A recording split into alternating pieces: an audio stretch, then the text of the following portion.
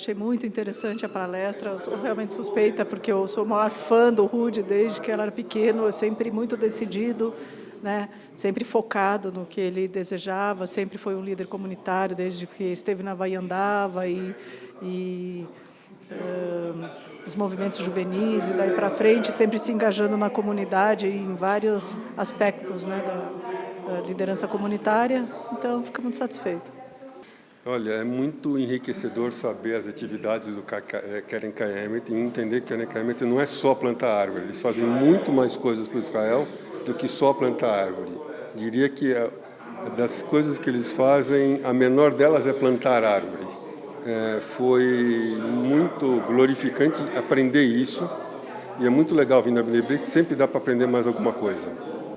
Boa noite, em nome do Henry Estes, nosso presidente da Bnei Brit São Paulo, agradeço a presença de todos, nosso palestrante Rudy Solon, que vai fazer um show aqui onde as carteiras de vocês vão desaparecer, então preparem-se.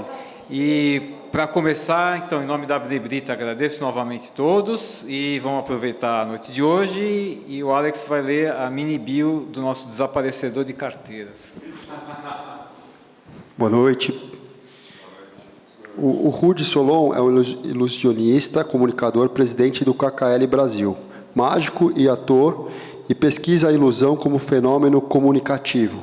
É formado em publicidade e propaganda na ECA USP e aluno do programa de pós-graduação de Ciências de Comunicação da mesma entidade, onde pesquisa a relação entre a mágica e a imagem.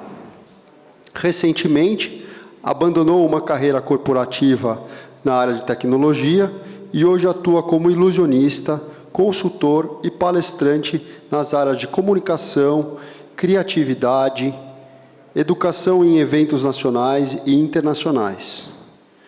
É o atual presidente do KKL Brasil e promove projetos de colaboração entre Brasil e Israel no combate às mudanças climáticas e construção de um mundo melhor.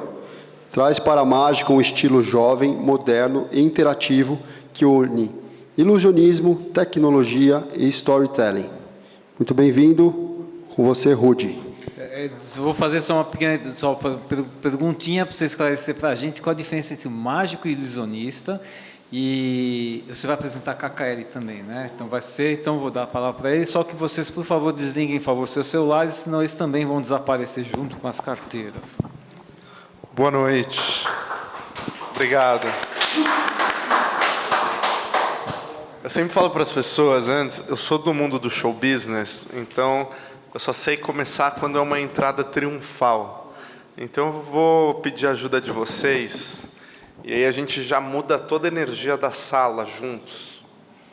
Eu vou virar de costas, eu vou me anunciar de novo, e aí entra uma música, e aí a hora que eu aparecer, aplauda, assim, como se a gente estivesse no auditório com 4.000 pessoas, lotado, todo mundo tivesse pelo menos tomado uma dose de uísque antes, tá bom?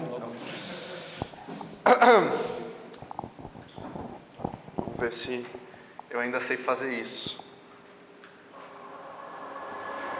Senhoras e senhores, aqui, diretamente de São Paulo, Brasil, para vocês, na rua Caçapá, no prédio, com a Bnei Brit, ele, diretamente daqui, Rudy Solon! Obrigado!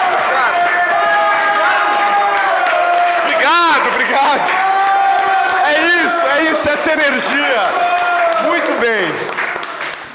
Obrigado pela espontaneidade, pelo amor de vocês. Então, vamos lá. Eu trouxe uma apresentação e a gente bate um papo juntos também. Eu vim falar sobre mágica, eu vim falar sobre KKL, eu acho que são duas coisas completamente relacionadas. E a diferença entre mágica e ilusionismo, né? O Alan já fez uma apresentação. Eu me defino em 4 grandes pilares quando alguém me pergunta. O primeiro deles é ilusionista. E qual que é a diferença? Nem eu sei. Mas eu acho que ilusionista é mais autêntico. Porque mágico é alguém que tem poderes. Ilusionista é alguém que só faz ilusões. E eu estava conversando uma vez com o rabino Davi Weitman, e ele falou para mim que no judaísmo você não pode fazer mágica. E aí eu acho que ilusionista é mais autêntico. Então eu vou pedir licença para mostrar um número de mágica e ilusionismo antes da gente começar, e da gente já estabelece uma regra aqui de bem-estar entre todos, pode ser? Ele funciona assim, desse lado eu tenho 1 ponto, desse lado eu tenho 2 pontos, desse lado eu tenho 3 pontos, desse lado eu tenho 4 pontos e desse lado eu tenho 1 ponto. Entenderam? Eu faço mais uma vez. Desse lado 1 ponto, desse lado são 2, desse lado são 3, desse lado são 4 e desse lado são 1. Não, é 1.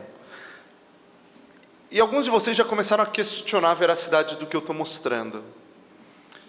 E para a gente criar esse acordo que eu falei que ia fazer, eu não sou mágico, eu sou ilusionista. Então isso daqui é uma clara ilusão.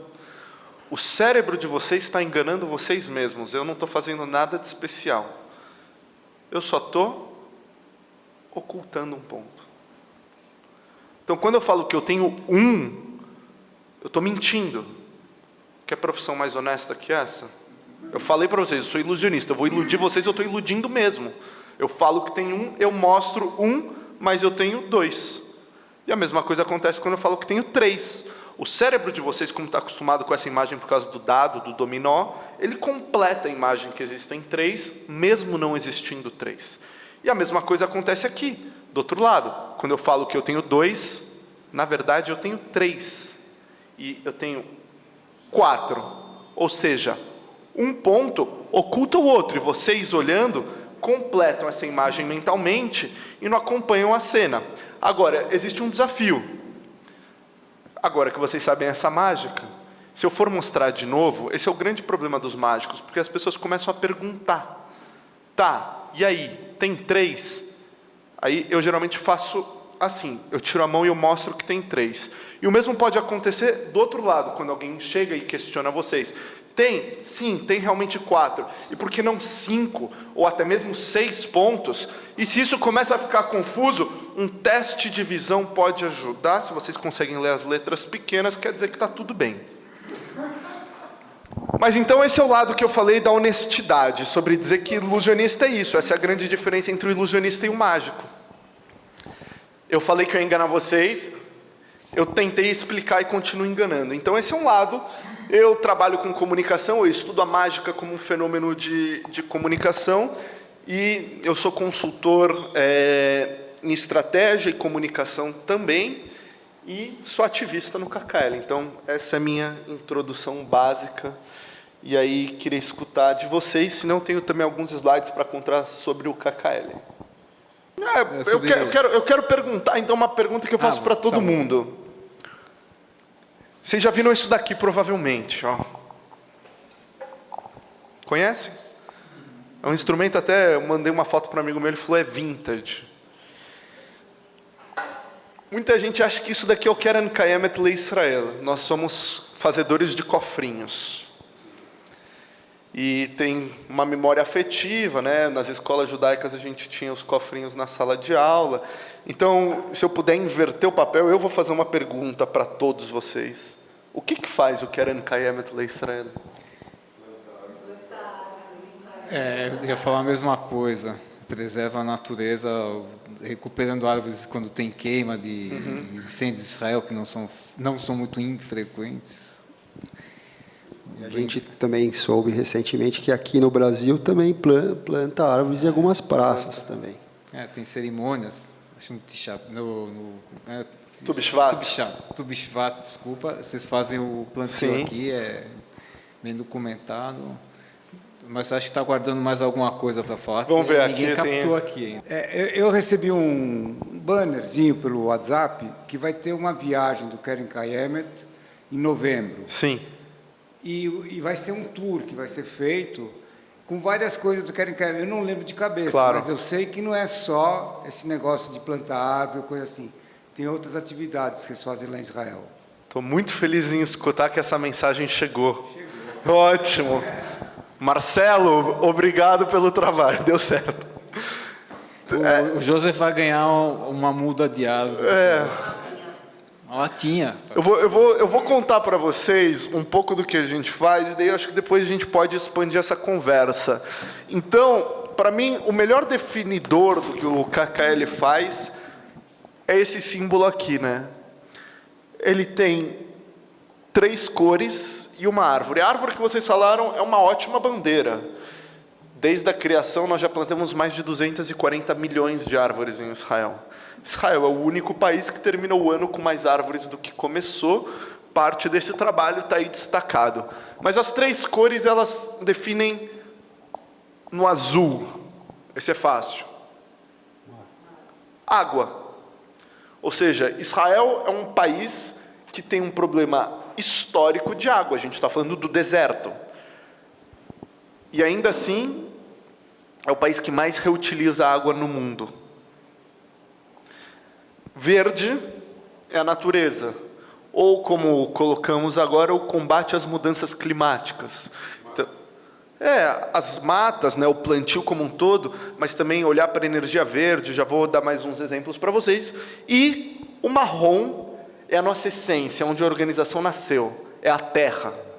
O KKL hoje é dono de 17% do território de Israel. E nós compramos terras. De quem? De quem quer vender. Com um único objetivo: permitir que as terras de Israel pertençam ao povo judeu. Então, vou mostrar um vídeo rápido para vocês. Todo o resto da terra pertence ao governo. Israel tem uma lei de arrendamento de terras de 100 anos. A gente compra onde eles não podem comprar, às vezes. Seguindo delimitações de linha verde, mas existe uma natureza de terras que ela vem, por exemplo, de associações de sobreviventes do Holocausto ou de árabes israelenses, que aí o governo não pode comprar essas terras, então a gente compra quando há interesse de venda. E aí depois eu explico mais a fundo o que significa para a segurança estratégica de Israel. Desculpa, o KKL é uma entidade totalmente privada ou ela tem alguma coisa com o governo? Então, a gente em Israel, a natureza é uma natureza especial ela é uma associação privada de interesse público. Essa é a denominação. Pode ser um modelo de OCIP, mas não é igual a uma OCIP no Brasil, porque o KKL ele é uma das 4 organizações do povo judeu. Então, não é uma organização de Estado. Ela é uma organização assim como o Keren HaYesod, a Organização Sionista Mundial, e Keren HaYesod, Fundo Comunitário, né? Está aqui embaixo da gente. E Organização Sionista e Agência Judaica. Então, são organizações que elas pertencem ao povo judeu, elas têm uma representação política, que ela está alinhada ao Congresso Sionista Mundial, mas atua no Estado, mas ela não responde ao governo. Porém, por ser uma organização não governamental que é de interesses públicos, ela é auditada pelo governo, por exemplo. Então, existe muita gente que fala o KKL é uma organização corrupta, é cabide de emprego. Já escutei isso várias vezes. No passado, era uma caixa preta, porque era uma associação privada. E aí, desde 2016, ela se tornou uma organização de interesses públicos. Então, a gente tem auditorias do Ministério da Justiça de Israel, auditorias internas, ou seja, tem esse jogo que, claro, hoje, por exemplo, a atual chairperson, né, responsável pelo board, ela é ex-CEO do Likud. Então, foi um movimento também por um interesse ligado ao governo, né? Uma medida governista para ter esse intercâmbio. Mas a organização, por si, ela não é partidária, é uma organização que ela atende os interesses do povo. Esse vídeo mostra um pouco dessa atuação, e daí acho que depois podemos falar mais um pouco sobre.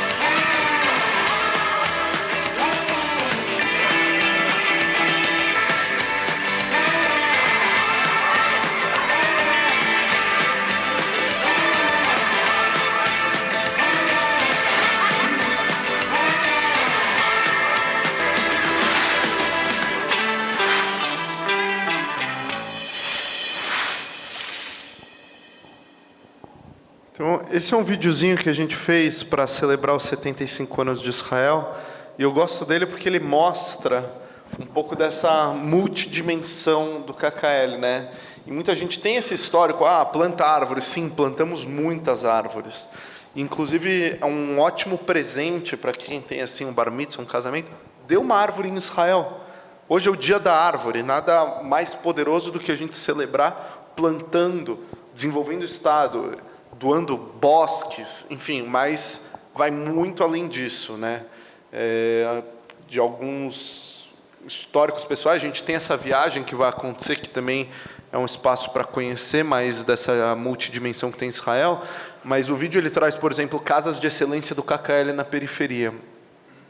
Eu visitei já 2 dessas casas, que são espaços que a gente constrói em cidades extremamente pobres em Israel, que tem um nível de educação de alta excelência, com aulas de robótica, aulas de inglês, e você escuta o depoimento desses jovens, do tipo, sem isso eu não sei o que seria da minha vida. Que perderam pais, enfim, e encontram nesse espaço uma oportunidade de desenvolvimento. Então, quando a gente fala de sustentabilidade, isso é sustentabilidade. Sustentabilidade não é plantar árvore, sustentabilidade é olhar de forma holística como a gente faz um desenvolvimento sustentável para uma nação prosperar. Social, né, também. Eu vi que vocês fazem absorção de imigrantes. O que o KKL faz que alguma outra entidade já não estaria fazendo na absorção? Então, a gente tem algumas vias de atuação. Uma delas, né, se você vai para a tradução e vai para a história do KKL, o KKL é o Keren Kayemet LeIsrael, ele é o Fundo Nacional Judaico.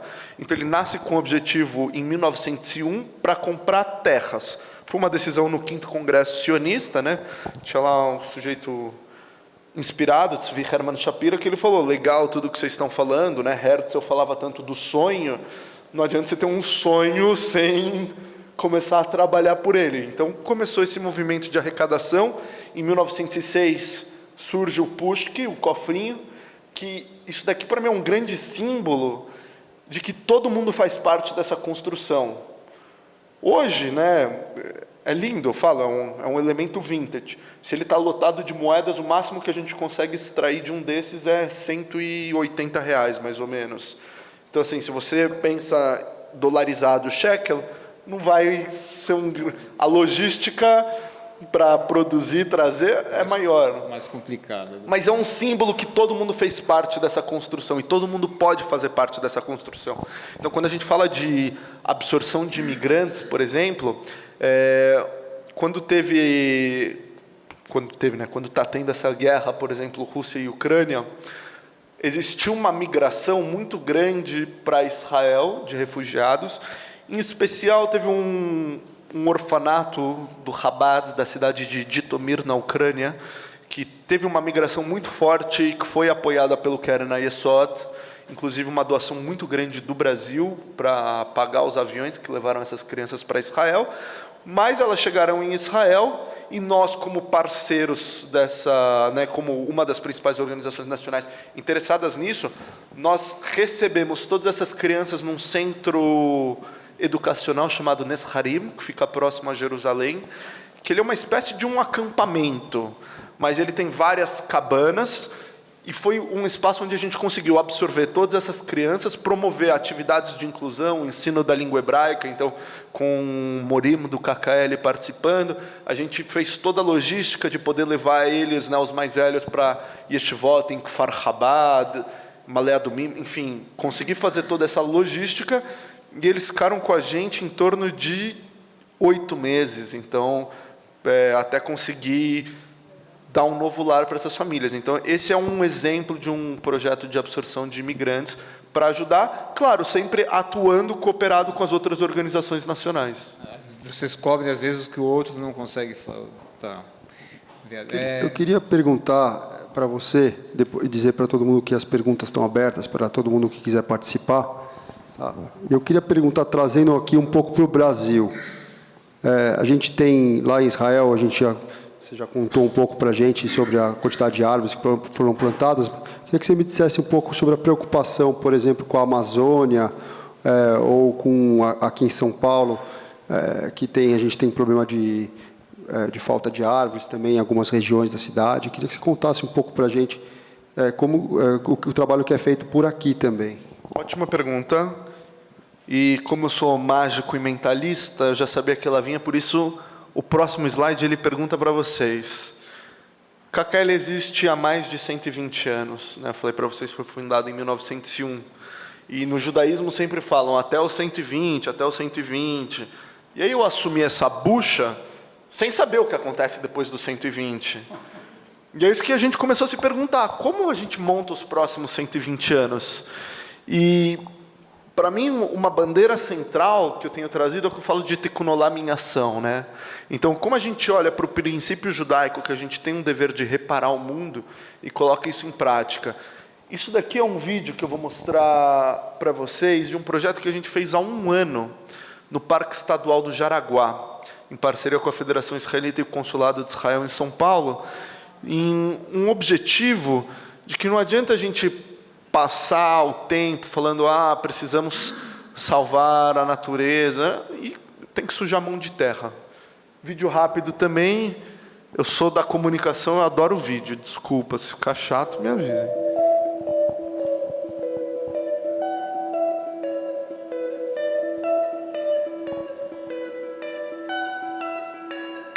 Então isso daqui foi uma parceria, esse era um viveiro de mudas do Parque do Jaraguá, que ele tinha sido destruído durante uma chuva, né? Teve uma queda de uma árvore.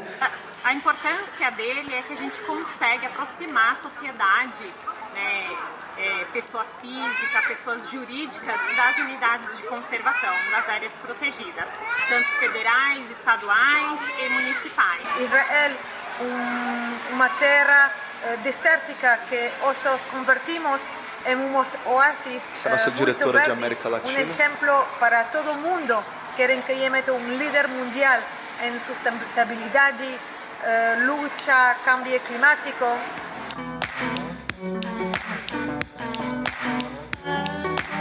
O Aviel, nosso Shalom a todos. Estamos aqui na Parque Jaraguá com nossos amigos do Keren Kayemet de Israel. Vice-cônsul de Israel, Aviel, agora ele está deixou a missão diplomática aqui, está na África. Trabalho nesse parque. E muito obrigado pela esse evento. Isso é muito importante para nós, como povo de Deus. Esse não só a palavra Tikkun Olam, mas a verdade, fazer esse aqui é grande honra para nós.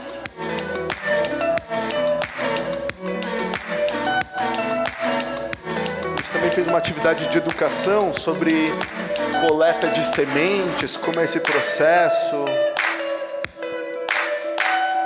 e o plantio de algumas mudas.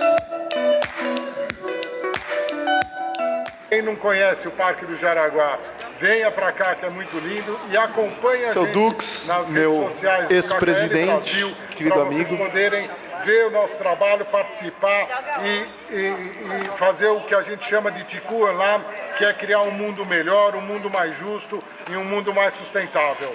Uma grande honra e muito obrigado. Para nós no KKL é muito importante poder ter esse... o que eu vou falar vocês não precisam ver, que eu estou aqui para contar. Mas basicamente era assim que a gente terminou o vídeo. Então, assim, para mim um dos grandes exemplos é como a gente coloca isso em prática. E quando eu assumi esse desafio, eu trouxe meus amigos para a gente construir juntos. E o pessoal me conta histórias do KKL o tempo inteiro, me falam, eram uns velhinhos que iam nos casamentos e passavam com o cofrinho, e se não desse dinheiro ia atrapalhar o casamento. Eu falei, primeira coisa, vamos tentar diminuir a idade média da diretoria. A gente baixou uns 40 anos de idade média, né? O Eliezer é o desvio padrão aí que me complica, mas falei, tem que ser esse intercâmbio de experiências. E nossos eixos de atuação aqui no Brasil, eles estão ligados, em um lado, a projetos em Israel, então como a gente apoia o desenvolvimento sustentável em Israel, trabalhando com projetos de fundraising para Israel. Um dos lados são projetos no Brasil, então como a gente aproxima a comunidade judaica de conversas sobre mudança climática, como a gente aproxima a comunidade judaica de ações sociais. E o terceiro deles, educação e liderança, porque eu acredito que a gente só consegue fazer transformação com educação. Eu estive agora há pouco no simpósio de educação judaica, né, organizado pela CONIB, Agência Judaica e Organização Sionista, e o KKL foi um dos patrocinadores do evento, e eu escutei uma frase, eu não lembro exatamente de quem, mas eu estava lembrando dela hoje de manhã, que é a seguinte: quando você chega numa cidade e vê que tem um cemitério judaico, você sabe que lá existiu uma comunidade judaica. Quando você vê que tem uma sinagoga, você vê que lá tem comunidade judaica. E quando você vê uma escola, você sabe que lá terá comunidade judaica no futuro. Então a gente só consegue trabalhar e promover o judaísmo fortalecendo esse pilar de liderança e educação. Então é um lado que a gente tem investido bastante. E aí, claro, né, com desafios estratégicos de organização, seja de ampliar uma estrutura para trazer mais pessoas, de melhorar a nossa governança como um todo e melhorando a comunicação, a gente tem fortalecido as nossas raízes em algumas ações do tipo Tu Bishvat, que a gente trabalhou muito forte com escolas em São Paulo, Curitiba, Porto Alegre, trazendo iniciativas que promovam sustentabilidade e educação sustentável. Trouxemos uma nova profissional de educação para fortalecer justamente esse lado, Simone, que trabalhou muitos anos no Colégio Peretz, para trazer essas ações na prática, e criando alianças, como, por exemplo, na cidade de São Roque, que existe o Bosque Israel. Então, a gente plantou lá, esse daqui é o Guto Issa, o prefeito de São Roque, um super parceiro nosso, e aí a gente está fortalecendo novos projetos, como agora no dia 12 de outubro, também conhecido como Dia das Crianças. E, nossa, assim, tudo bem, Dia das Crianças, para ser mais judaico, a gente vai fazer um plantio de 50 mudas em parceria com a subprefeitura da Zona Sul, no Rio de Janeiro, em um parque que está degradado, na frente da Praia do Arpoador, Parque Garota de Ipanema. Então, para realmente ajudar, a gente quer ser essa luz quando a gente fala de desenvolvimento sustentável, trazendo educadores. Então, a gente tem investido bastante em educação para expandir esse eixo de atuação. E esse daqui, que foi um evento que a gente organizou esse ano para trazer o KKL de volta. E eu brinco que a gente é a única organização judaica que tem um vídeo de um evento de 75 anos de Israel que toca funk.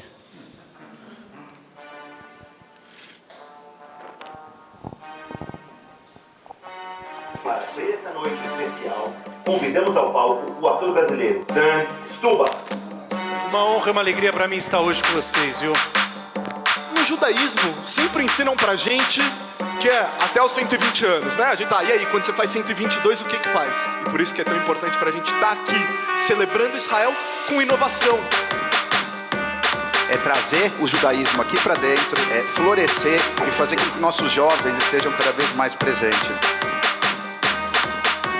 Cumprimentá-lo, senhoras e senhores, Eli Lior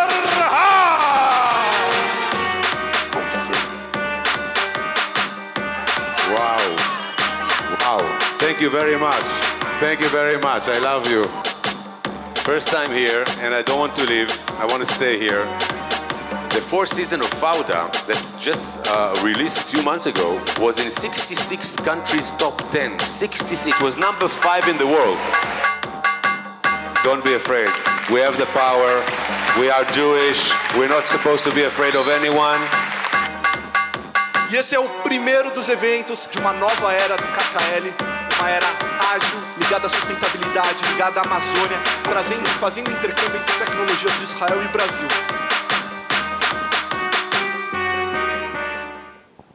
Então, com esse vídeo eu termino de contar um pouco do que a gente tem feito aqui no Brasil. E acho que a grande via de abordagem que a gente quer trazer é como falar de um tema tão sério, um tema tão importante, uma organização tão histórica, mas de uma maneira diferente. Porque eu brinco que a comunidade judaica é igual guerra contra as drogas, né? Cada ano você investe mais e todo ano a gente perde. Porque eu falo, se pegam gente naquele programa do aeroporto, sabem de qual eu estou falando? Aeroporto, área Polícia Federal, você está preso. Se pegam gente levando droga no aeroporto é porque tem muita gente que passa e ninguém vê. E é o problema que a gente tem comunitário, né? É uma comunidade que teve uma pandemia, se reestruturou, está tentando navegar novos caminhos, mas a gente vê na prática, cada ano a gente perde mais gente. No primeiro vídeo, você mostrou que o KKL faz ciclovias, estradas de segurança, né? Que ligação tem isso com o KKL? Tipo, ciclovia quem faz aqui é a prefeitura, estrada é o governo. Então, aonde entra isso? Claro. Grande parte do nosso interesse é apoiar o Estado, porque o Estado não tem braços para tudo. Então, para mim, se o Estado está investindo em segurança, que Israel é uma prioridade estratégica, e ele talvez não vai ter braços para investir em ciclovias em Nof Agalil, uma cidade do norte, perto de Carmel, está mais ou menos 3 horas de Tel Aviv, e que a maior parte da população é árabe, então é uma cidade que não dá voto. Aí a gente vai investir. Nesse princípio, todo mundo faz parte. Todo mundo faz parte. E vou dar um exemplo, né? Eu falei de Nova Galil, eu estive lá num parque lindo, lindo, lindo. Um parque que foi investido mais de 10 milhões de shekels. Ele fica no topo de uma montanha, né? Nova Galil, o nome diz, ele dá vista para o Mar da Galileia. E é uma cidade circundada por cidades árabes. No começo dos anos 2000, 60% da população do norte de Israel era composta por judeus.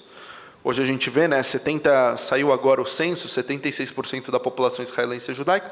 Nessa região era 60%. Qual que é o problema? Como eu já comentei com vocês, está 3 horas de Tel Aviv. Ou seja, no norte, alguém que trabalha com tecnologia, um desenvolvedor de software, ele chega a receber 80% menos do que um desenvolvedor de software em Tel Aviv. É só pegar o recorte Brasil. É melhor você morar em São Paulo do que você morar em Presidente Venceslau. Então as pessoas migram. Hoje 30% da população no norte de Israel é judaica. Isso significa que a gente está criando um corredor de cidades árabes que conecta Jenin ao Líbano. E isso para a segurança nacional é grave. Menos, 30% hoje. Caiu pela metade. Então, 70% da população do norte é população árabe israelense. E, de novo, se você olha para o interesse de Estado, isso daí não é algo que é uma prioridade número 1, mas quando a gente olha para uma instituição que quer garantir que o Estado de Israel, dentro da sua demarcação, pertence ao povo judeu, isso para a gente é essencial. Então, a gente trabalha para desenvolver, por exemplo, construindo uma ciclovia para que seja um bom lugar para as pessoas frequentarem. Ou construindo uma estrada de segurança, como a gente tem, por exemplo, na área sul de Israel. E por isso que essa viagem que a gente vai promover agora é uma viagem tão interessante. Porque eu falo, é ver Israel como você nunca viu. Parar de ir para Tel Aviv, Jerusalém, Haifa, e entender que, por exemplo, no caminho para Sderot, no sul, Sderot é uma cidade que ela está a 15 segundos de Gaza. 15 segundos é o tempo que você tem, desde que toca a sirene até estar dentro de um bunker. E essa estrada, a gente levanta a terra e planta em cima dessa terra, criando uma barreira verde contra snipers. Ou seja, é interesse nosso desenvolver o sul, porque se a gente não desenvolve o norte, se a gente não desenvolve o sul, o que a gente enxerga, né, na demografia israelense hoje? A maior taxa de natalidade é na população árabe israelense e na população ultra-ortodoxa. População ultra-ortodoxa, ou ela está vivendo, ela não é dos Dati Leumi, que são os nacionalistas ortodoxos, que É a população da direita israelense que apoia os assentamentos, por exemplo. A população ultra-ortodoxa está vivendo em cidades ultra-ortodoxas, como vivem em Mea Shearim, em Jerusalém, Bnei Brak, entre outros. Então, baixa natalidade nessas regiões, população árabe israelense crescendo, e aí a gente entra nesse desafio. Se a gente não ajuda nesse desenvolvimento, que é um desenvolvimento que muitas vezes o governo não vai querer fazer porque não dá voto, o que vai acontecer a longo prazo com o futuro de um Estado que aí vai completar 100 anos com 10 milhões de habitantes? De onde, né? Entendi. Agora, eu não sei como é que eu vou explicar isso. Esse negócio de sustentabilidade, ecologia, né? Dizem que com desmatamento você tem menos chuvas, né? Cai menos água. Existe uma outra teoria que as chuvas só existem porque você tem floresta, ou seja, não parou de chover, então, ou seja, desculpa, a floresta existe por causa da chuva, né? Que tem algo a ver com as árvores que o KKL plantou em Israel, ou seja, criou mais chuvas, atraiu mais chuvas naquela área desértica? Teve algum impacto ecológico no... O impacto ecológico é gigantesco, né? Sobre taxa de chuvas com relação ao plantio, eu não vou saber responder agora, eu posso depois até falar com o cientista-chefe do KKL para ver se a gente tem informações específicas sobre isso em Israel. Mas os impactos que a gente tem pelo plantio, não só em temas geopolíticos que eles também têm, eles que diminuem a temperatura, por exemplo, pela questão da umidade, tem o lado de sequestro de carbono, e é o que transforma Israel em uma nação, né? Ben-Gurion falava que Israel só ia ser uma nação quando tivesse ladrão e prostituta. E para mim tem que ter árvore também, senão vai todo mundo morrer de fome, você vai quebrar todo o ciclo de sustentabilidade, né? E pensar que Israel ainda é um país que, por exemplo, a cada 7 anos fica sem produzir. Um ano de Shemitah, que não se planta na terra. Então, como você cria um planejamento sustentável de plantio para poder atender essas demandas? A gente tem 8 centros de pesquisa e desenvolvimento de norte a sul do país para ajudar a responder esse tipo de pergunta. Eu estive com uma pesquisadora do sul de Israel, que ela é especialista em controle de água na gestão de agricultura, ou seja, a gente trabalha em parceria com cooperativas agrícolas, com os fazendeiros, para receber demandas deles e ajudar no desenvolvimento. E foi um dia incrível, porque eu comi as melhores frutas que eu já comi nesse centro de pesquisa, e ela era especializada em plantio de abacaxi. Abacaxi é uma fruta que precisa de muita água, em Israel, né, no deserto, no sul. E ela me comentou que ela tinha acabado de voltar de uma viagem para a Bahia, que ela estava dando uma assessoria no cultivo de cacau no sul da Bahia.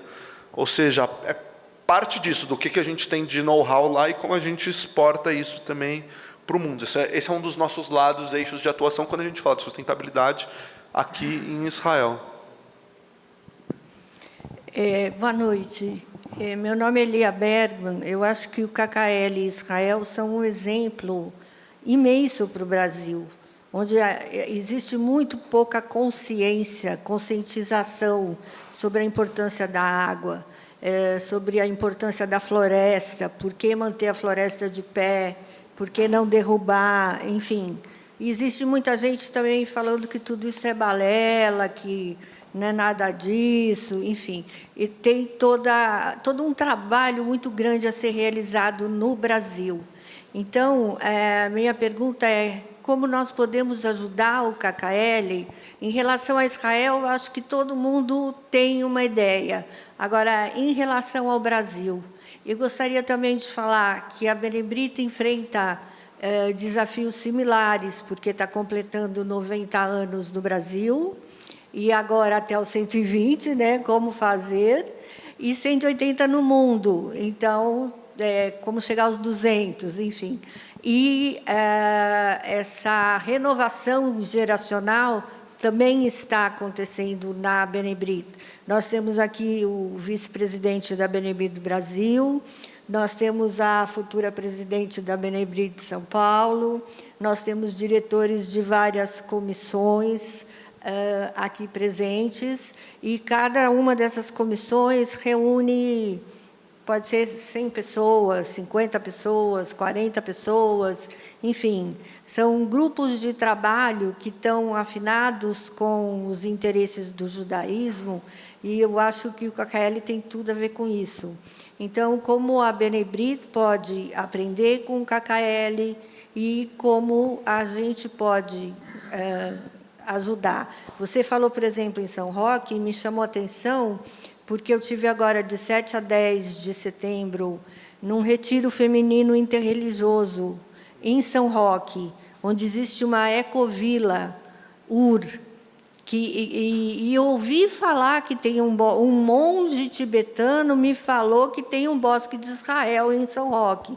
Eu absolutamente desconheci essa informação. Sou um dos culpados.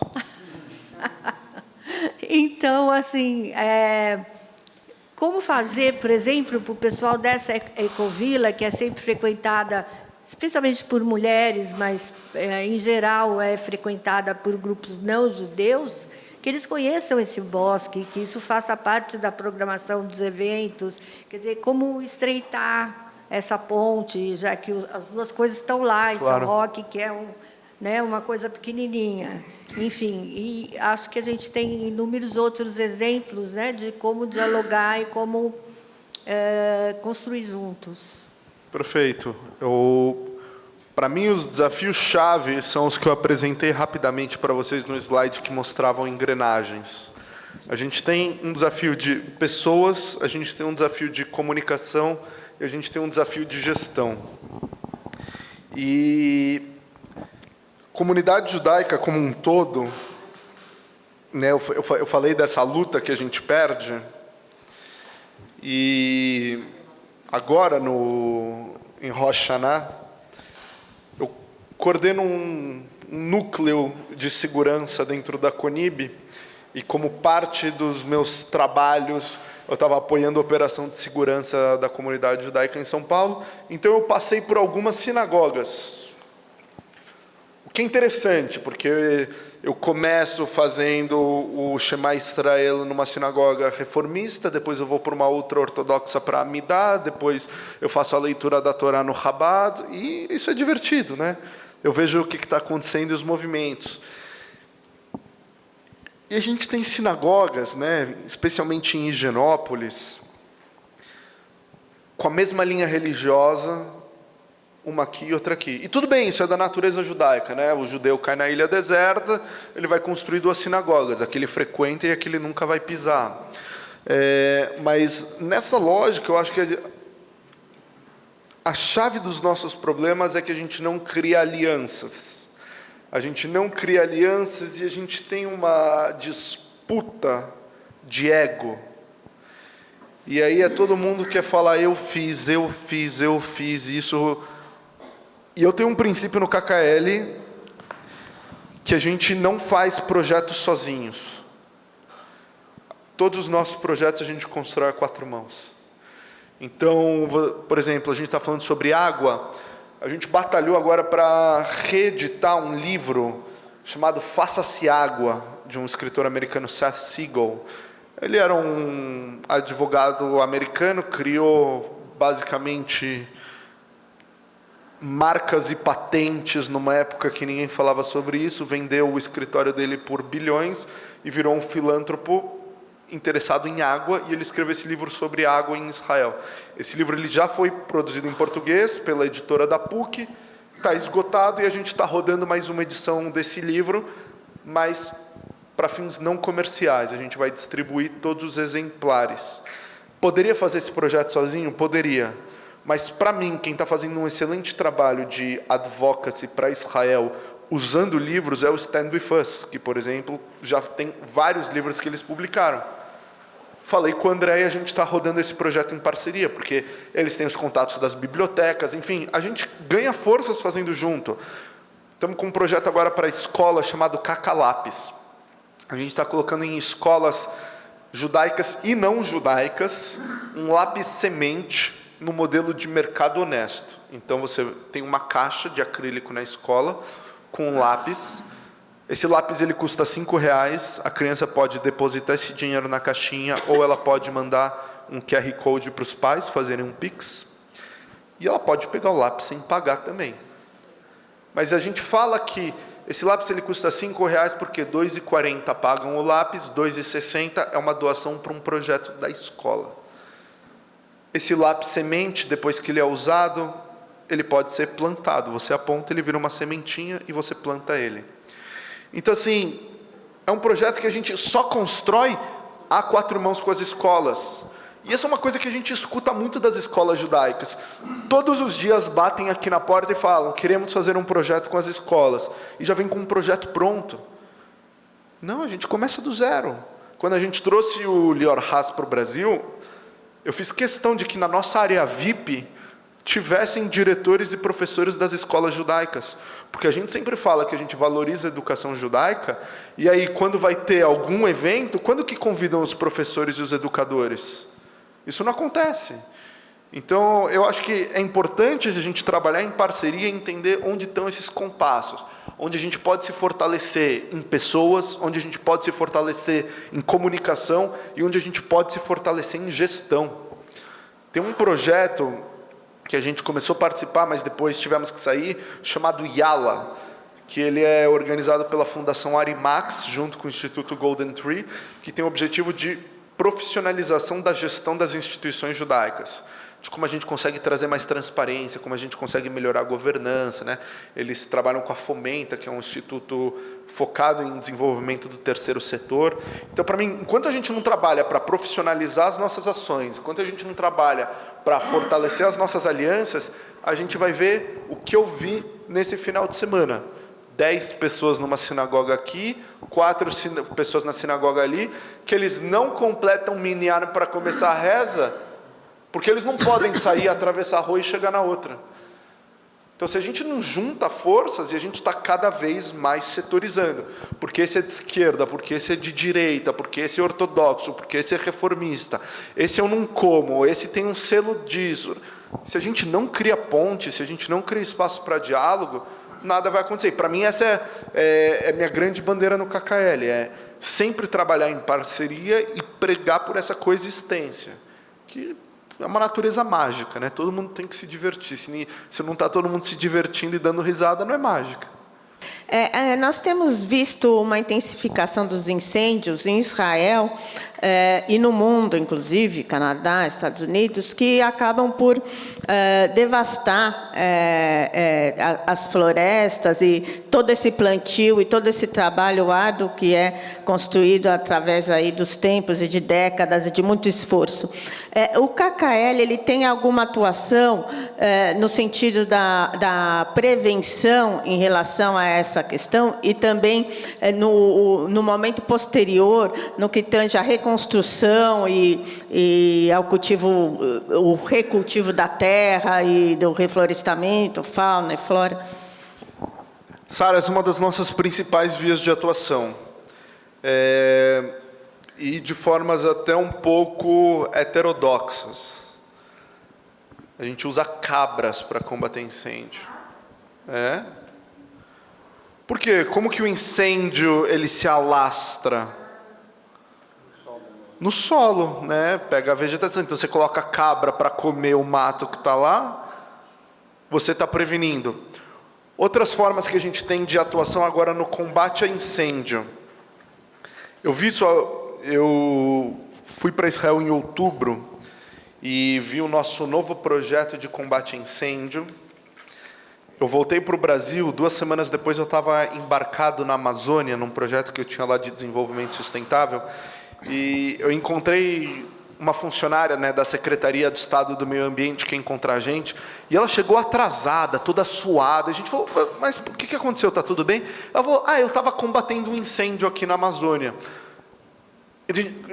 E aí, como foi? Ela falou, eu tive que deixar pegar fogo, porque a gente não tinha material para lutar contra o incêndio. E há 1 semana antes eu vi o que o KKL faz. A gente tem drones que são operados dentro de um centro de controle que ele está plugado numa carreta, então a gente consegue levar até o local, ele mapeia, joga uma espuma contra incêndio no foco, e a gente tem caminhões, inclusive o Brasil doou um caminhão em 2011, que são caminhões especializados em combate a incêndio florestal. São caminhões de uma marca alemã, que eles são todos 4x4, para conseguir entrar no terreno acidentado das florestas. Eles têm uma base mais alta, justamente para conseguir entrar, e um jato mais forte para atingir a copa das árvores.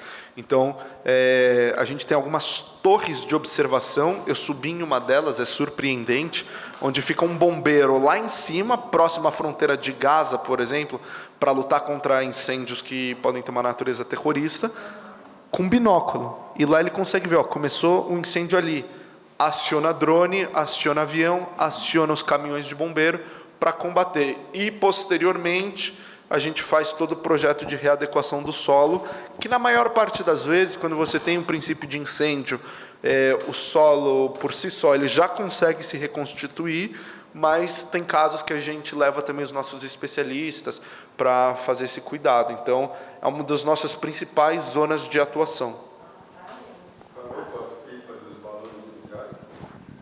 Pipas e balões incendiários diminuiu, não tem mais igual tinha antigamente, mas ainda existem casos, porque é um método de terrorismo muito fácil, né, muito barato de atuação. Tem muito incêndio natural também, e tem muito incêndio dos próprios israelenses, que vão fazer uma trilha e jogam uma bituca de cigarro, ou vão fazer um camping e fazer uma fogueira ilegal, um churrasco. Então, agora no verão, a gente saiu em Israel com uma cartilha contra essa situação em parques, né, que é um risco bem grande que a gente tem. Rudi, a impressão que você nos deu é a melhor possível. Antes de tudo, você é muito jovem, você tem uma liderança... Eu sou mágico, não se ilude. Muito jovem, tem uma energia muito boa e tem um hall de protocolos maravilhosos que você está dispondo para a gente. Você teve uma formação, pelo que o Rob e o Alex nos colocou, que é a melhor possível também. Você é formado pela ECA. E me parece que você roda o mundo, fala línguas, enfim, você tem uma preparação excelente. E me parece também que você trabalhou no início na iniciativa privada, e você, um pouco, a um certo momento, falou, não é esse o meu caminho. Primeiro, por que você saiu da iniciativa privada para escolher esse caminho que você escolheu muito bem? E segundo, se a postura de vocês dentro da KKL, vocês são voluntários, vocês são nomeados, qual que é a posição de vocês dentro do KKL? Obrigado. Primeiro, parte da culpa da formação é da minha mãe que está aqui, então ela é culpada, né? Tem que dar os créditos.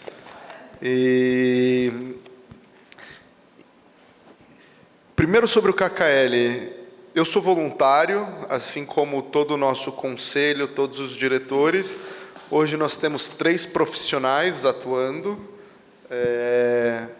e é pouco, pelo que a gente precisa, porque é um trabalho voluntário que toma tempo. Ninguém me contou, e eu acho que é por isso que, quando surgiu essa história de eu virar presidente do KKL, o pessoal de Israel saltou os olhos assim e falou, como assim? Ele não é um... Eles falaram, a gente gosta de ter alguém jovem, mas não tão jovem assim. E eu sei, eu quebrei o padrão, né? Porque para você ser presidente de uma entidade judaica, ou você tem que ser muito rico ou ter cabelo branco, ou os dois. E eu não tenho nada disso. Então, quem está quebrando esse padrão aí já está se aventurando em alguns caminhos. Então, grande parte voluntários, nós temos associados que são doadores recorrentes, que contribuem também para as nossas operações aqui, né, para a gente conseguir fazer tudo isso, porque sem equipe profissional não dá para ter sucesso, e eu tenho visto com muita clareza isso.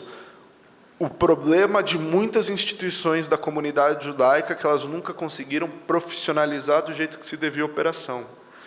Então, o Stand With Us, que está aqui no prédio, eles têm mais de 20 funcionários hoje. E é o desafio, conseguem ter nessa capilaridade toda que tem enquanto organização, porque tem muita gente muito bem capacitada trabalhando.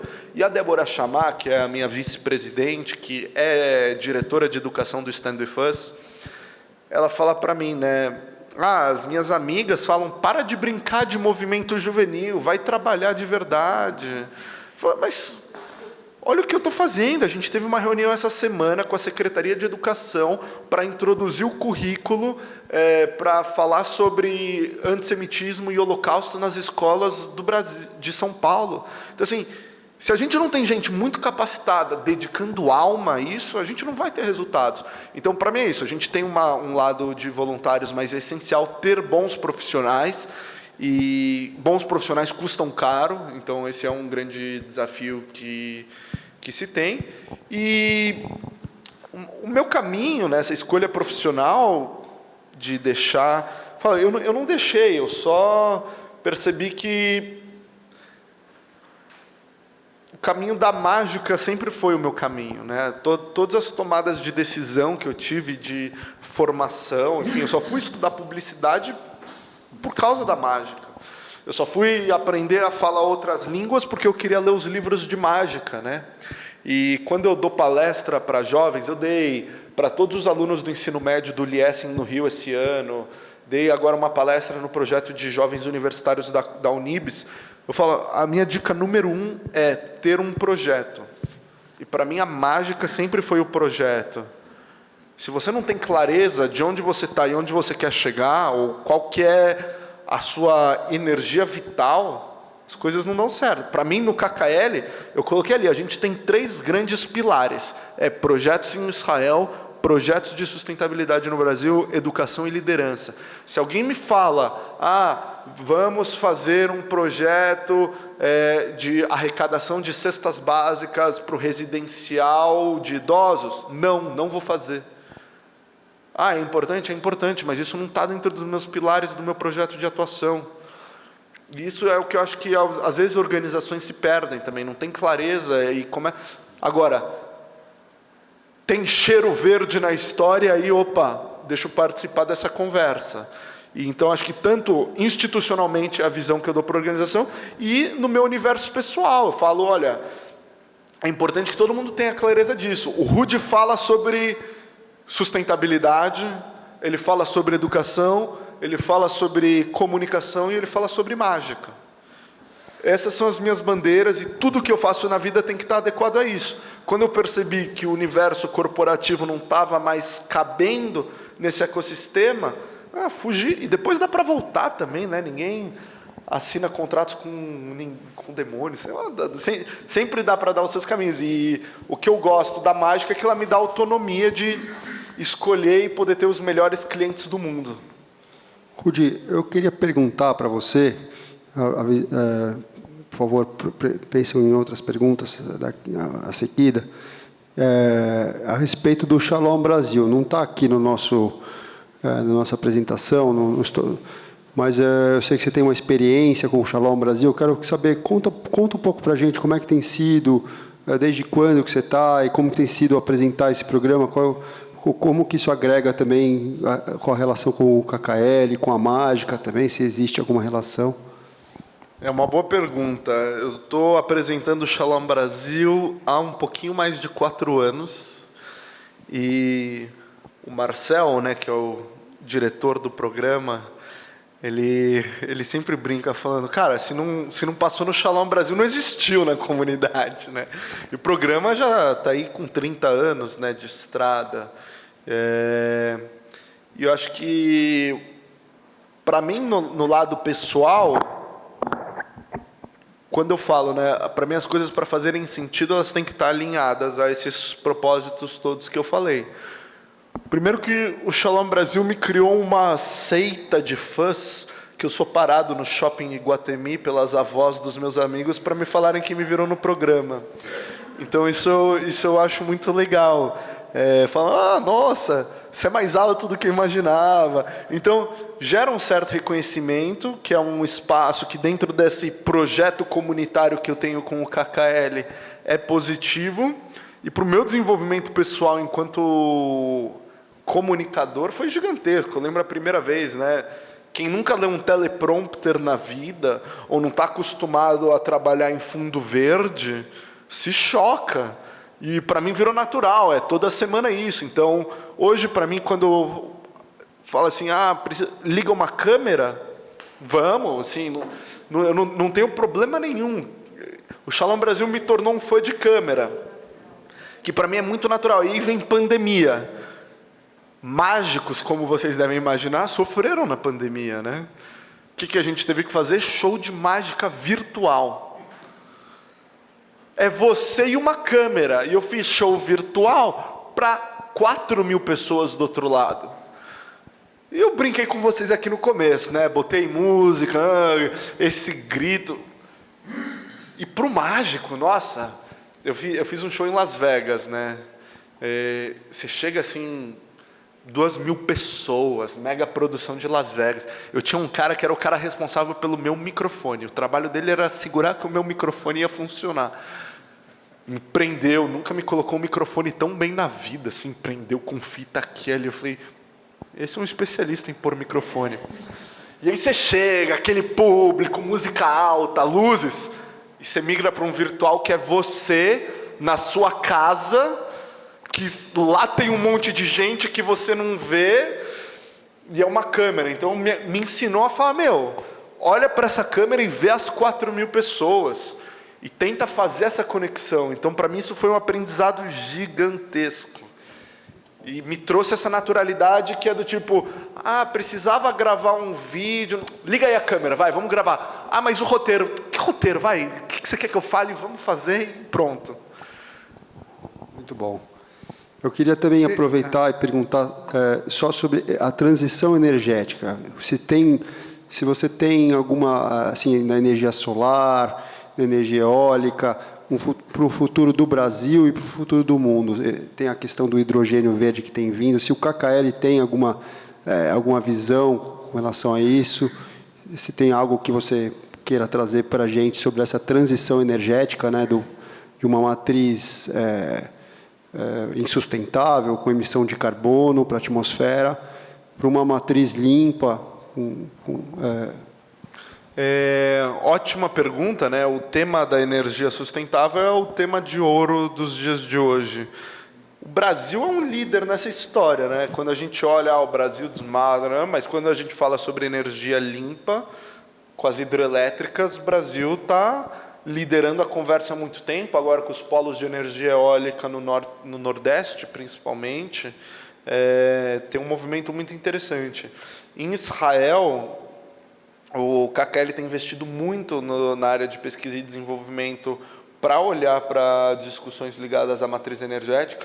Inclusive, o KKL do Canadá organizou recentemente um prêmio de $1 milhão ou shekels, não lembro exatamente, para startups israelenses ligadas a soluções inovadoras para a questão climática. E é esse desafio que o mundo inteiro está enfrentando, né? Israel sofre muito nesse tema pela sua questão energética, e daí tem a discussão sobre energia nuclear ou não, mas um lado que a gente é líder mundial é ligado aos biodigestores. Então, tem inclusive uma startup israelense, a Home Biogas, que tem representação aqui no Brasil, né? Um grande amigo nosso do KKL, o Toledano, que eles criam biodigestores que fornecem energia para comunidades indígenas, conseguem colocar em escolas. Então, tem muita pesquisa sendo feita nesse lado, de melhor aproveitamento da energia e também novas matrizes ou melhores formas de produção de energia. O KKL aqui no Brasil, ele é uma ONG ou não? É uma ONG. Sim. Então, ele recebe recursos de governos para desenvolver projetos aqui no Brasil? em sustentabilidade? A gente é uma associação privada, é uma OCIP, e esse é um dos meus desejos, que a gente consiga desenvolver para participar dentro de editais públicos ligados à sustentabilidade. Hoje não é uma realidade, mas eu acho que tem um potencial muito grande para a gente expandir esse lado. A nossa captação, a nossa fonte hoje, ela é totalmente proveniente de doações que acontecem aqui, e para projetos a gente também recebe dinheiro de Israel, que para mim é o cúmulo do absurdo, uma vez que meu objetivo é mandar dinheiro para Israel. Então, geralmente, o que eu faço com eles é um jogo de compensação, né? Não me manda que eu não te mando. E daí só que daí fica nesse jogo de balanço que eu falo, eu quero mandar muito mais do que eu tenho que receber. E aí eu estou tentando virar esse jogo justamente nisso. E como eu navego um pouco nessa área por ser mágico, de PROACs, Lei Rouanet, etc., eu entendo um pouco desse universo de leis de cultura, estou tentando colocar a gente nesse bolo. Qual a diferença de OCIP para ONG? O que precisa ser para ser uma ONG? Para virar uma ONG? O que está faltando? Não, o que falta na natureza, uma OCIP é uma ONG. A gente é uma organização não governamental, é uma associação privada de interesses públicos, que é a natureza da... Não tem diferença em termos de recursos? Não. Porque o que você pode ter de recursos provenientes de governo são através de editais públicos, né? Não existe nenhuma destinação específica. Então, você pode participar, por exemplo, sei lá, de um edital ligado ao Fundo Amazônia para um projeto de desenvolvimento na Amazônia, ou leis de incentivo, como uma lei Rouanet, por exemplo, mas não tem esse recebimento direto. A gente sabe que a natureza não tem fronteiras, né? Então, os desastres naturais, quando ocorrem, né, eles não observam essas fronteiras políticas e geográficas dos países e tudo mais. E quando se dão, avassalam, quer dizer, todos os países limítrofes e tudo mais. Então, eu pergunto se o KKL tem, de alguma forma, interação com os países que fazem fronteira com Israel, com Líbano, com Jordânia, com Síria, no sentido de alguma atuação conjunta, preventiva ou não, dessas questões ligadas aos desastres naturais e à própria valorização, vamos dizer, do nosso sistema, do ecossistema. Há essa conversa, esse diálogo, ou é uma coisa... Se eles topassem conversar, ia ser muito bom.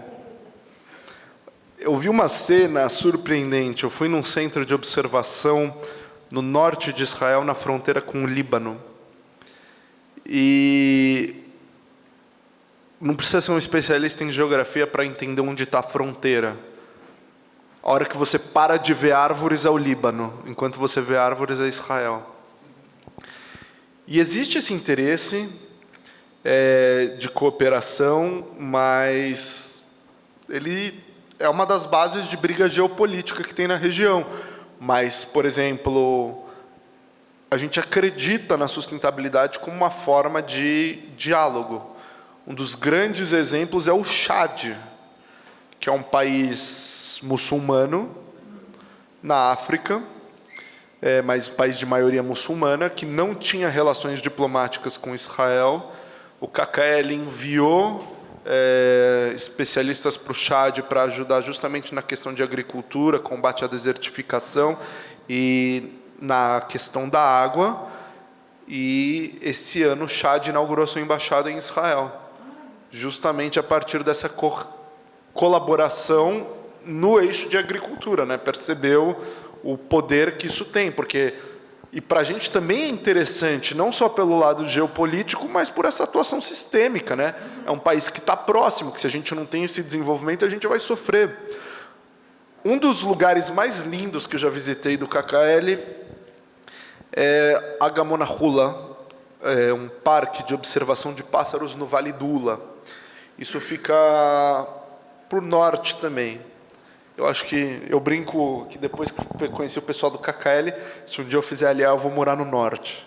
porque eles me levam toda vez, eu gosto de ir lá, assim, é bem pacato.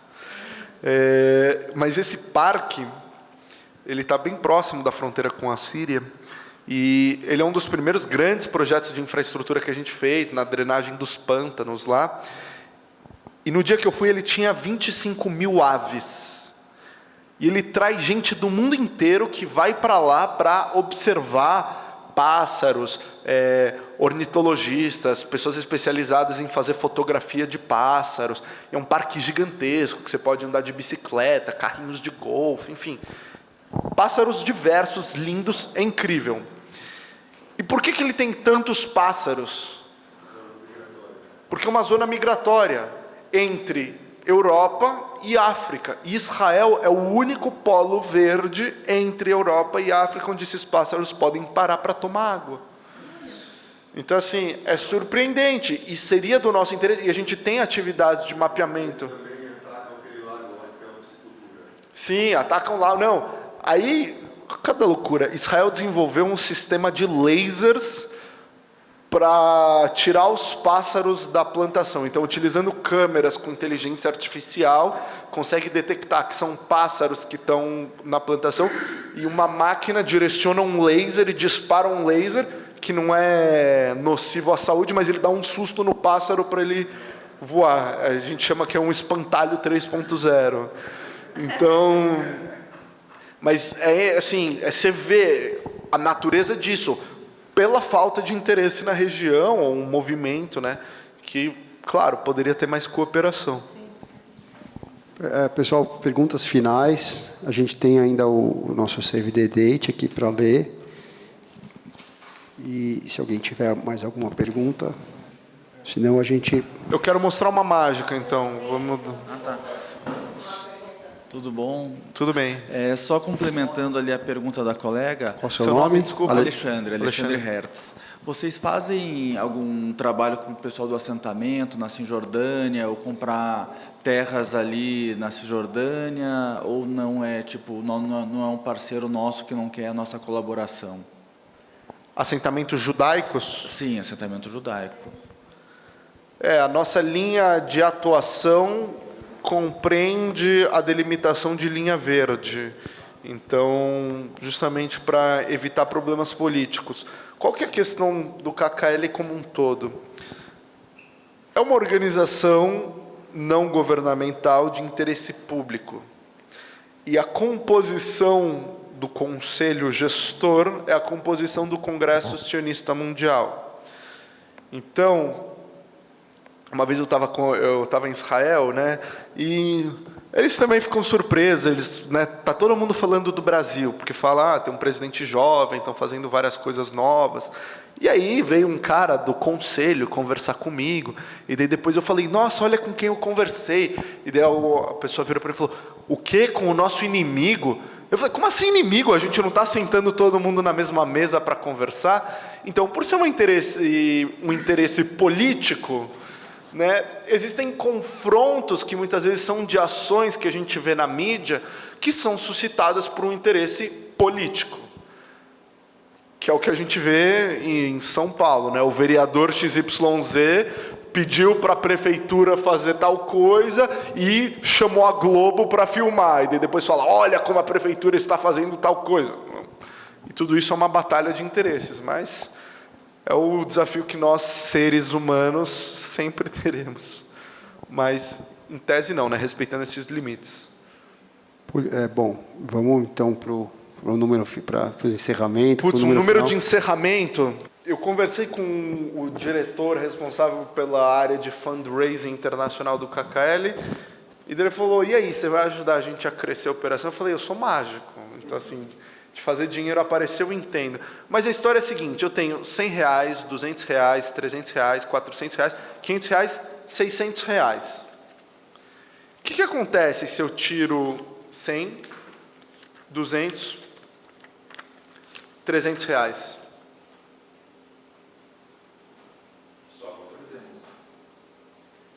Então, mas esse é o princípio da doação. Se você coloca nesse cofrinho aqui R$600, você não está perdendo. A gente está fazendo uma construção coletiva. Que aí eu vou ter R$100, R$200, R$300, R$400, R$500, R$600. E aí, quanto mais você doa, você pode tirar 100, você pode tirar 200, pode tirar até mesmo R$300. Você vai ter R$100, R$200, R$300, R$400, R$500, R$600. E aí não importa, eu poderia ficar horas e horas falando para vocês que eu tirei 100, eu tirei 200, eu tirei R$300, e eu vou ter R$100, R$200, R$300, R$400, R$500, R$600. É dinheiro que não acaba mais? É a natureza de quando a gente está fazendo bem, de quando a gente está doando para causas nobres. E aí você pode ter R$100, R$200, R$300, R$400, R$500, R$600. Sempre R$600. Então, meu conselho para vocês que querem fazer parte, querem ajudar o KKL, tornem-se associados, ajudem a gente nesse movimento, com notas grandes, tá? Tem gente que acha, pela origem histórica, que... Cadê minhas moedinhas? Não, que assim, é só... Eu tenho algumas moedas, moedas grandes, moedas pequenas, moedas de dólar, de prata, mas quero mostrar para vocês uma coisa usando 2 moedinhas. Conseguem ver na minha mão? Uma moeda prateada, chamamos de moeda de prata, e uma moeda de cobre. Essa mágica ela funciona da seguinte forma. Eu tiro uma moeda, pode ser talvez a moeda prateada, e eu coloco dentro do meu bolso. Calma aí. Calma aí. Vamos recomeçar. Eu tenho uma moeda de prata e uma moeda de cobre. Agora, a natureza da nossa relação aqui já começa a ficar um pouco mais duvidosa, porque eu tinha mostrado para vocês uma moeda de prata e uma moeda de prata e uma moeda de cobre. E eu não preciso nem fechar a mão, eu faço só uma cabaninha e eu tiro a moeda de cobre e coloco dentro do meu bolso. E nesse momento vocês já começam a se perguntar, o que está acontecendo? Por exemplo, vocês apostariam comigo que qual moeda está na minha mão? A de prata, as duas? Bom, a gente pode recomeçar, não tem problema nenhum. É uma moeda de prata e uma moeda de cobre. E aí eu tiro, por exemplo, a moeda de prata. E nessa altura do campeonato, vocês já começam a ficar um pouco mais duvidosos. Vocês querem ver a moeda de cobre. E eu mostro para vocês, não tem problema nenhum, uma moeda de prata e uma moeda de cobre. E eu coloco a moeda de prata dentro do meu bolso. E vocês escutam ela caindo dentro do meu bolso, mas é esse o momento que eu posso efetivamente mostrar para vocês, que tem uma moeda de cobre e uma moeda de prata. E é interminável, porque para mim não importa se eu tenho uma moeda de prata, não importa se eu tenho uma moeda de cobre, que eu mostro para vocês e... Inclusive está lá dentro, para ninguém pegar. E aí é nesse momento que começa a mágica. Obrigado.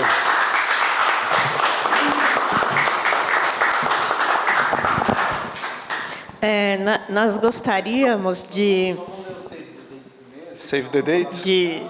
Não, eu queria agradecer o convite. Eu penso, né, como é o nosso espaço de desenvolver e compartilhar ideias, tem o conceito Yiddish do Kumsitz, né? Só se juntar, sentar e trocar ideias. E para mim isso é essencial no KKL. Eu falo o tempo inteiro. Quando alguém perguntar como eu posso ajudar também, convida a gente para sentar e conversar, né? Marca um espaço onde a gente possa ter troca, onde a gente possa ter diálogo e pensar novas ideias juntos, que a partir daí surgem boas coisas. Então, conectem-se também com o KKL nas redes sociais, KKL Brasil, vocês vão acompanhar parte dessa história que a gente está construindo juntos. Obrigado. Obrigada. Então, pessoal, o Save the Date agora de setembro, dia 29 de setembro, sexta-feira, a gente tem o Kabbalat Shabbat, na primeira noite de Sukkot, na sinagoga Ohel Yaakov, às 18 horas, na rua Cravinhos. Todas as quartas-feiras a gente tem aula gratuita de música e canto com o professor Roberto Gordim, a partir das 17 horas. Agora, em outubro, a gente tem, dia 1º de outubro, domingo, a palestra com Rick Shakeman, com o tema Brasil e Israel, Startup Nation e Empreendedorismo, às 19 horas. Do dia 2, segunda-feira, no dia seguinte, a gente já tem a confraternização da Comissão de Ativismo e Liderança Feminina, às 17 horas, também com a Eliana Schussel, que é a coordenadora. Dia 2, também, a confraternização da Bnei Brit na Sukkah, às 19 horas. Dia 8, o Cine Debate, com o José Luiz Goldfarb, sobre o filme Golda e o papel das mulheres na história judaica, às 19 horas. José Luiz, nosso conselheiro também. Dia 9, segunda-feira, a gente tem um workshop com a Janete Klepatz, na Comissão de Ativismo e Liderança Feminina. E no dia 10, a gente tem entrega de brinquedos pelo Dia das Crianças, entretenimento com palhaços na Bnei Brit. E, por último, no dia 10 também, a palestra com Alexandre Ostroviec, com o tema Empreendedorismo e Tecnologia, às 19 horas. É isso. Em novembro temos uma programação também extensa que vocês vão ficar sabendo em breve. Muito bem, obrigado. Mar Hatima Tová. Agora, a nossa futura presidente, Sarah Hakim, vai... Mr. Oi? Dia da Árvore hoje. Então, aqui é Brasil, isso é mundial? Porque aqui no Brasil eu sei que é hoje. Hoje é no Brasil, eu não sei se é mundial, mas vocês podem fazer um pix para secretaria@kkl.org.br de R$54 e ele vai ser mundial, porque aí vão plantar uma árvore em Israel em sua homenagem ao seu Dia da Árvore. Boa. A Bnei Brit quer agradecer pelo seu tempo, generosidade, pela sua disposição. Temos que registrar que essa semente que você plantou hoje vai render muitos frutos, pode ter certeza. Essa semeadura é livre e a colheita obrigatória e já foi de muito aprendizado para todos nós. Agradecemos demais. E uma singela homenagem gostaríamos de entregar, e eu vou pedir para a nossa jornalista e escritora Lia fazê-lo, a nossa obra da Bnei Brit, que fala sobre as leis raciais na Itália, foi escrita pela querida, estimada e saudosa Eda Bergman, e agora sua filha Lia agora vai entregar, que ela é muito valorosa para a gente. Obrigado.